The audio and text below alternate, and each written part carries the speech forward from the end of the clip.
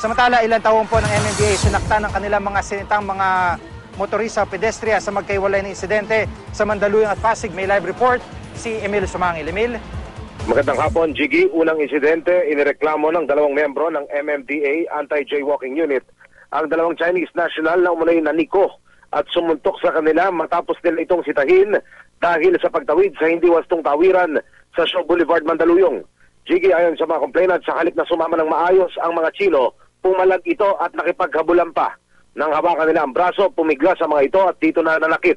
Rumesponde sa area ang Mandaluyong Police Special Reaction Unit dahil malalaki ang katawan ng mga Chinese.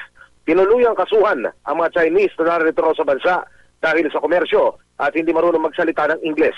Ikalawang insidente naman, Jiggy, isang membro naman ng TPMO, Traffic Unit ito ng Pasig City, ang binato ng mga namamalimos sa lungsod. Makaraan silang sitahin dahil sa ipinatutupad na ordinansa. Nakuna ng CCTV ang habulan. Ang grupo ng mga namamalimos nirelocate na rin ng lungsod dahil maligpit na ipinatutupad dito na partikular na sa Ortigas Business Center ang pagbabawal sa panlilimos. Jiggy. Maraming salamat, Emil Sumangil, live at exclusive.